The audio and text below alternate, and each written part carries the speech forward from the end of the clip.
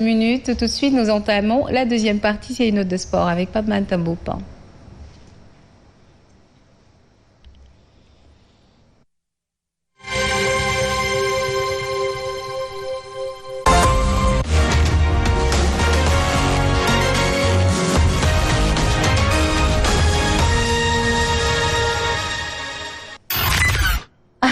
Et on veut mettre Traffic News dans l'actualité sportive, on dirait. Le saut check d'Essie, là. C'est toujours l'actualité. Bonjour Pape, comment allez-vous? Bonjour à vous Yacine. Ça va? Et bonjour à Mohamed Diop. Bonjour Pape Matam. Oui, merci et ravi d'être à vos côtés. L'homme de des médias, on va dire. Allez, nous démarrons justement avec ces Navétanes à Rufisque où au moins un mort et plusieurs blessés. Oui, en tout cas, c'est malheureux. Yacine, un garçon âgé de 20 ans, a perdu la vie lors des violences survenues donc à l'issue de la rencontre de demi-finale qui opposait hier à l'ASC GIF de Ndopkou et à l'ASC. Donc, Tchaoulène, du nom du même quartier, plusieurs blessés ont été enregistrés, dont 9 dans un état grave. Le stade Ngalandou Diouf reste fermé plus de 6 ans pour cause donc de réhabilitation. Réouvert il y a juste 3 ans, a subi des dommages. Les bancs de touche, les vestiaires et les toilettes sont saccagés et le gazon synthétique de la pelouse est brûlé sur plusieurs endroits. Des images qui n'honorent pas le sport de manière générale, nous dit Cheikh Ahmed Tidiane Seck et Mansour Ndiaye. Un mort, 9 blessés graves et plusieurs blessés légers, un stade encore endommagé, un bilan provisoire lourd au sortir des violences qui ont émaillé la rencontre de demi-finale entre l'ASC GIF et l'ASC Tchaoulène, deux équipes de la zone 3B de l'autre cap de Rufisque. Ces incidents sont survenus à 12 minutes de la fin du match. Juste 3 minutes avant, l'ASC GIF avait obtenu et transformé un penalty. L'on était à la 15e minute de la fin du match. Les supporters des deux équipes se sont violemment affrontés et s'en est suivi un mouvement de foule. Un pan du mur du stade s'est affaissé, causant plusieurs blessés. La victime décédée est un garçon âgé de 20 ans environ. Le stade Ngalandou Diouf restait fermé 6 ans pour cause de travaux de réhabilitation a été encore endommagé. Les bancs de touche saccagés, de même que les vestiaires et les toilettes. Les camps détruits et mis à terre. Le gazon synthétique brûlé sur plusieurs endroits. Un spectacle désolant pour un stade Ngalandou Diouf réouvert il y a juste 3 ans. Il faut signaler que les supporters des deux équipes s'étaient déjà affrontés avant le démarrage de la rencontre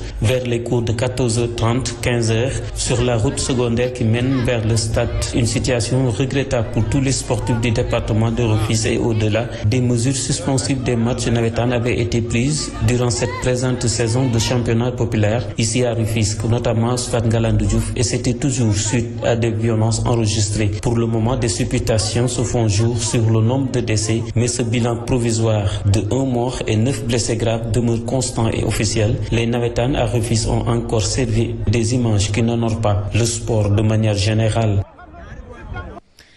Et pas mal des violences, des scènes de violence, on va dire, dans le sport sénégalais qui méritent véritablement réflexion. Là, aujourd'hui, Yacine, quoi qu'on puisse dire, la suspension définitive des Navétanes s'impose après ces incidents malheureux notés à Rufisque. Que gagne-t-on donc réellement dans les Navétanes? En définitive, bon, on peut dire absolument rien. La violence n'a pas sa place dans le sport. Aujourd'hui, il faut que chacun prenne ses responsabilités et qu'on règle définitivement ce problème, nous dit Pamoussa Traoré.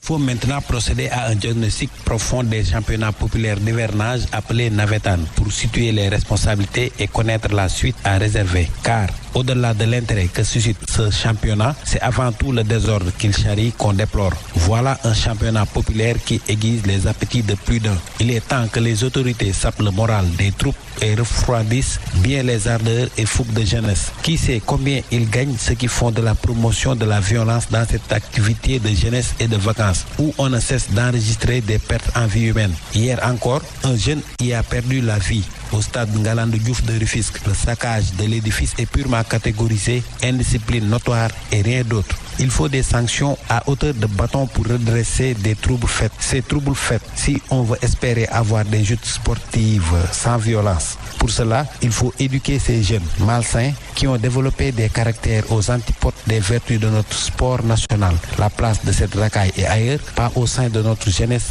ni violente, ni antisportive. Partout, elle réclame des infrastructures, mais pas pour les abîmer gratuitement. Non, le sport de chez nous n'a pas ce visage. Et le ministre des Sports, Matar Ba, le sait bien pour avoir pris ses responsabilités pour suspendre les navétanes et sévir comme le CNG et certains lutteurs et les supporters hystériques et arracheurs de sacs et de cheveux naturels aux dames. Il faut mettre fin à cette pagaille mortelle.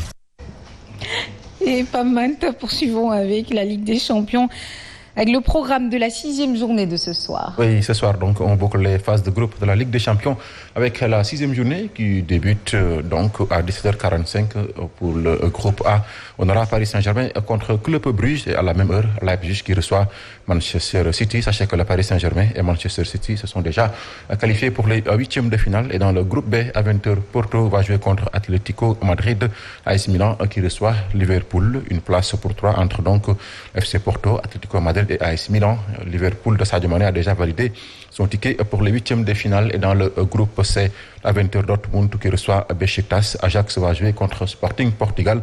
Ajax et Sporting se sont déjà qualifiés pour les 8e de finale. Dortmund est relégué à l'Europa League. Et dans le groupe D, on aura Real Madrid contre Inter Milan. C'est deux équipes qui ont déjà validé leur qualification pour les 8e de finale.